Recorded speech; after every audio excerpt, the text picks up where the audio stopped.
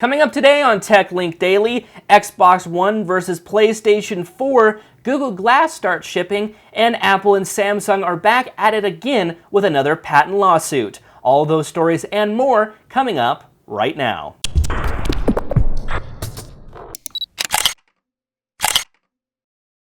Today's episode is brought to you by Copy.com. Get 20 gigabytes of free cloud storage right now at lgic.co/copy. Hey guys, welcome back to TechLink Daily. My name is Creighton Meller, and this is the place to get all of the hottest tech news in, well, one place. Yesterday was a whirlwind of announcements from Microsoft for their new console, the Xbox One. We have a full recap on this video. You can go search for it in this YouTube channel.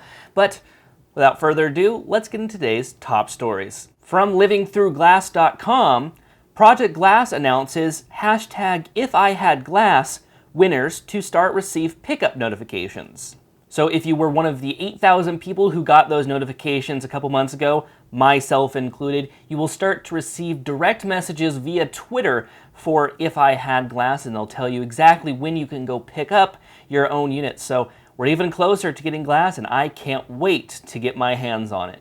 Now this next story shouldn't be a surprise to you. From Softpedia, Windows 8 causes the biggest drop in customer satisfaction after the Vista disaster. Anybody who has high-level experience dealing with operating systems just had that feeling that Windows 8 wasn't going to be very good. And, well, it's turned out to be that. They're backpedaling on their new modern theme. Windows 8.1 should bring back the start menu. Microsoft has gone way too far to try to become innovative in one operating system release. And, well, customer satisfaction has gone down the drain.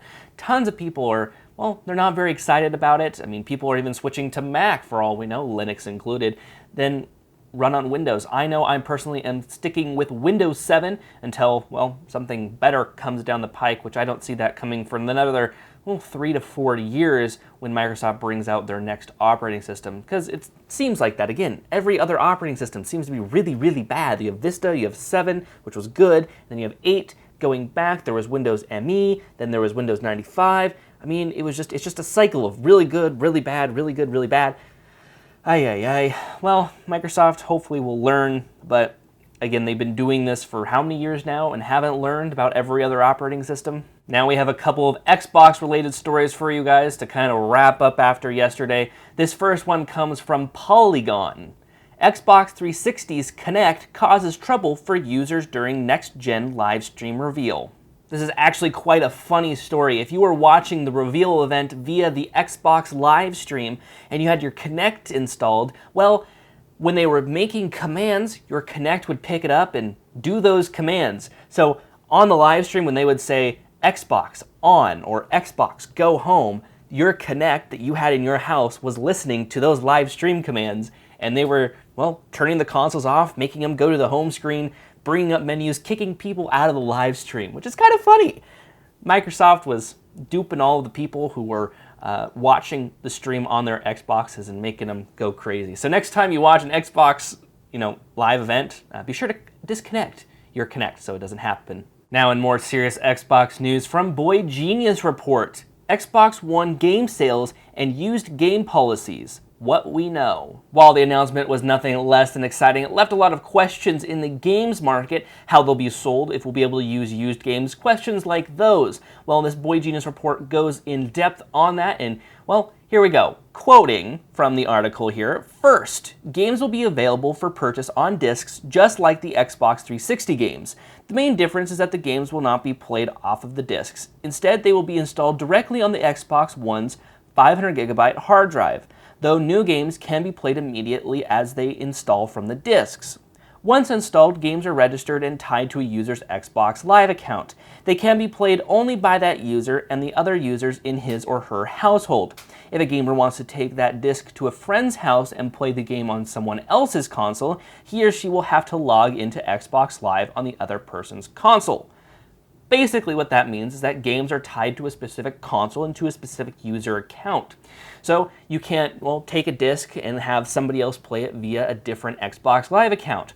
Those discs will be tied to one user, which kind of defeats the used game market, but kind of helps it, but kind of is confusing. If you want to bring your console somewhere else, or if you want to bring a game somewhere else, you'll have to log in. It's very confusing, and hopefully this kind of brings out any mystifications through it. So basically, you're tying a game to your account, so you can't just give a game to somebody else. It's, well, tied to one Xbox Live account. Now, it's inevitable that somebody will ask this question. Here's another Boy Genius Report article. Xbox One versus PlayStation 4. PS4 wins on specs.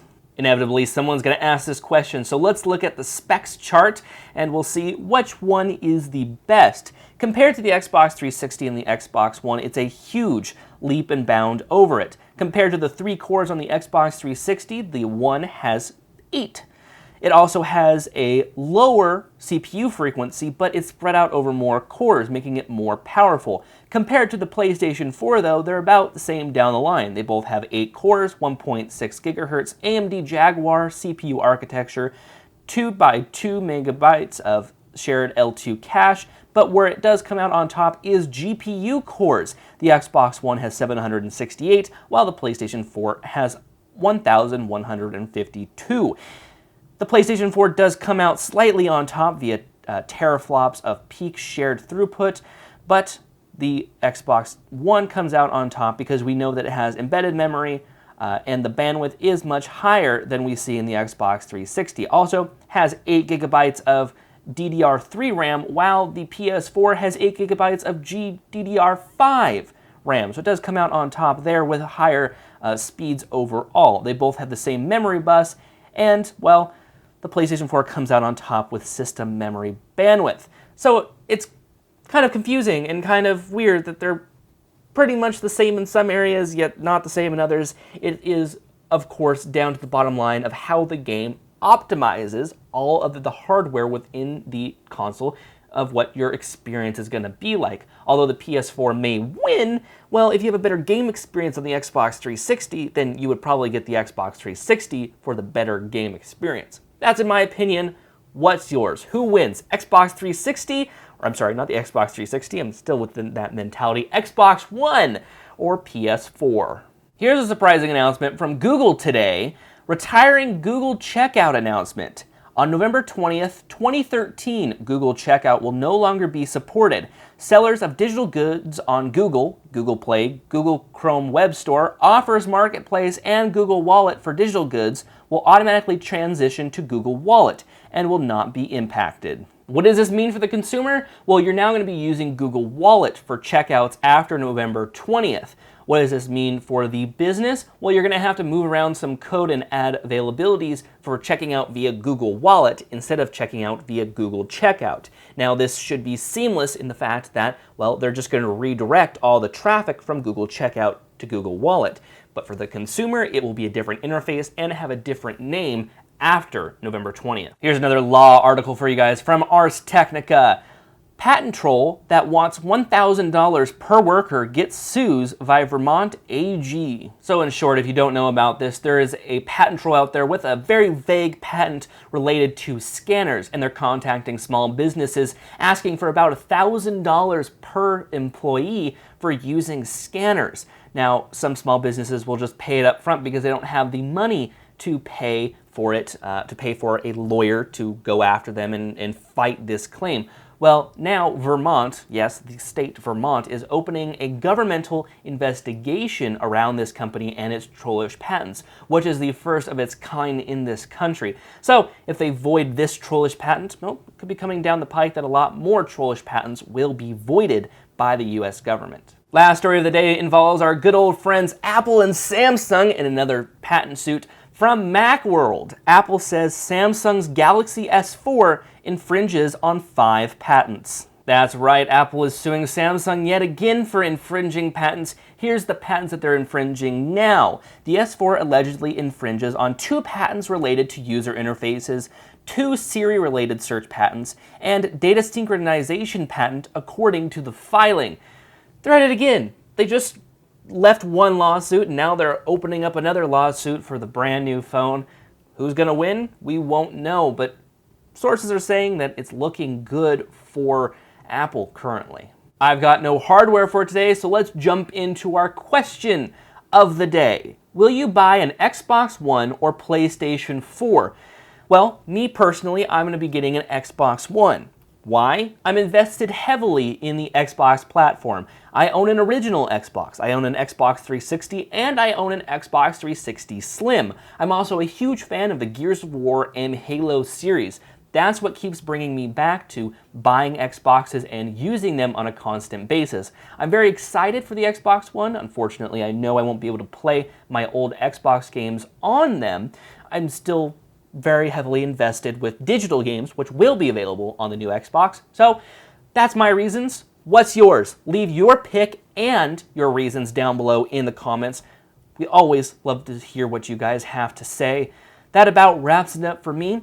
If you guys want to submit stories on our subreddit, go to reddit.com/r/techlinkdaily. You could submit links right there, and you could see them in this channel with your name on it if we pick out yours for the day. So thank you so much for submitting links there. You can follow us on our social media profiles, Facebook, Twitter, Google+, all under the username of LogicLounge. Again, I'd like to thank you guys for liking. I'd like to thank you guys for sharing. I'd like to thank you guys for commenting. All you guys do to support us along the way, I've got to give you guys a big thumbs up for giving us a big thumbs up. Thank you guys so much. My name is Creighton Miller. I will see you guys tomorrow.